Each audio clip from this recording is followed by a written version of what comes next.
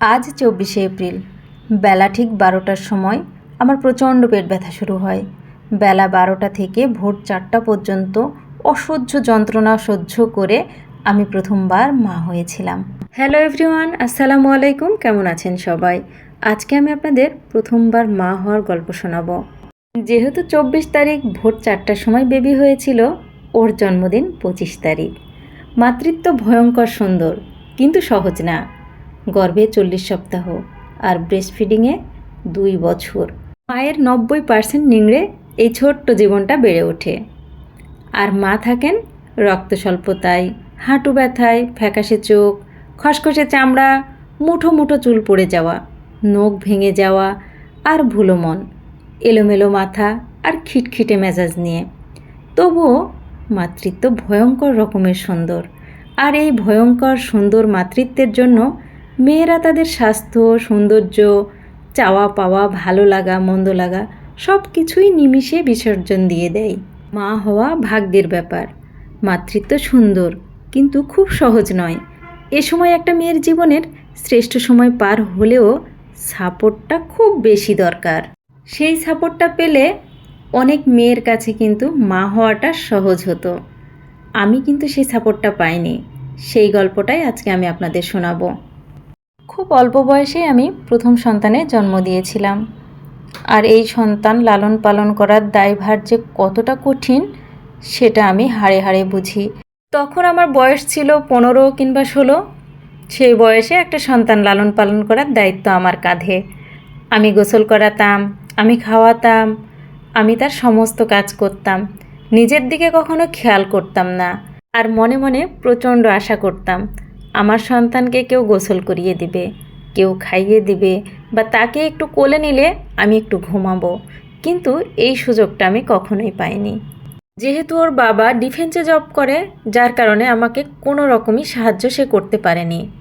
হয়তো সে চাইলে আমাকে কাছে রাখতে পারত, তার কাছে রেখে তার সন্তানের এবং আমার টেক কেয়ার কিছুটা হলেও করতে পারত, কিন্তু জানি না কেন ওই সময় আসলে হয়ে ওঠেনি।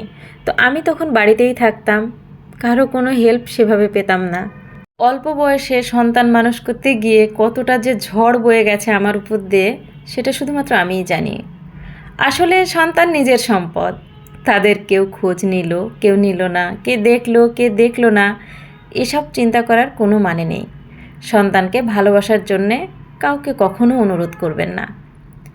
কারো স্নেহের ভিক্ষা চেয়ে নিজেকে ছোট করবেন না। অন্য কেউ সন্তানকে অধিক ভালোবাসবে এমনটা আশা করবেন না। সন্তানের জন্য যতটুকু করার দরকার সবই আপনি করুন। সন্তানের প্রতি নিজের ভালোবাসায় কোনো ঘাটতি রাখবেন না। অন্য কেউ আপনার সন্তানের জন্য ভালো কিছু করবে এমনটা আশা করে বসে থাকবেন না। সন্তানরা যতদিন আপনার কাছে আছে ততদিন আপনার ভালোবাসার ছায়ায় তাদেরকে ঘিরে রাখুন। আপনি আছেন বলেই তারা নিরাপদ। সন্তানের প্রতি মা এবং বাবার ভালোবাসা যদি থাকে, সন্তানরা কখনোই ভালোবাসার অভাবে কাঁদে না। আসলে সবার সন্তানের কপালে দাদা দাদি, নানা নানির ভালোবাসা জোটে না। তাই আপনি যতটা আপনার সন্তানকে ভালোবাসবেন, আপনার সন্তানের ভালো চাইবেন, পৃথিবীতে আর কেউই চাইবে না। তাই আশা করা বাদ দিন। আমার সন্তান আমার সম্পদ। আসলে মায়ের প্রথম সন্তান মায়ের কাছে বন্ধুর মতো মনে হয়, এটাই সত্যি। আপনাদের কার কার কাছে এটা মনে হয় অবশ্যই কিন্তু কমেন্টে জানাবেন। তো 25 তারিখ আমার বড় বেবির জন্মদিন। শুভ জন্মদিন মা, তোমার জন্য অনেক অনেক দোয়া আর মন থেকে ভালোবাসা রইল। আল্লাহ যেন তোমাকে নেক হায়াত দান করে, তুমি যেন ভালো মনের মানুষ হও, এই দোয়াই করি সব সময়। আমি খুব ছোট্ট বয়সে তোমাকে পেয়েছিলাম। আমি চেষ্টা করেছি তোমাকে খুব যত্ন সহকারে মানুষ করার জন্য। আমি অনেক কষ্ট করে তোমাকে এই অবধি নিয়ে এসেছি। আল্লাহ যেন তোমাকে ভালো রাখে, সুস্থ রাখে, তুমি যেন ভালো থাকো। এটাই হচ্ছে আমার আজকের দিনে তোমার জন্য দোয়া। দেখতে দেখতে আমার সেই ছোট্ট প্রভাটা কত বড় হয়ে গেল, তাই না? সবাই আমার বেবির জন্য দোয়া করবেন। সবাই ভালো থাকবেন, সুস্থ থাকবেন আর আমার সাথেই থাকবেন। শুভ জন্মদিন প্রভা।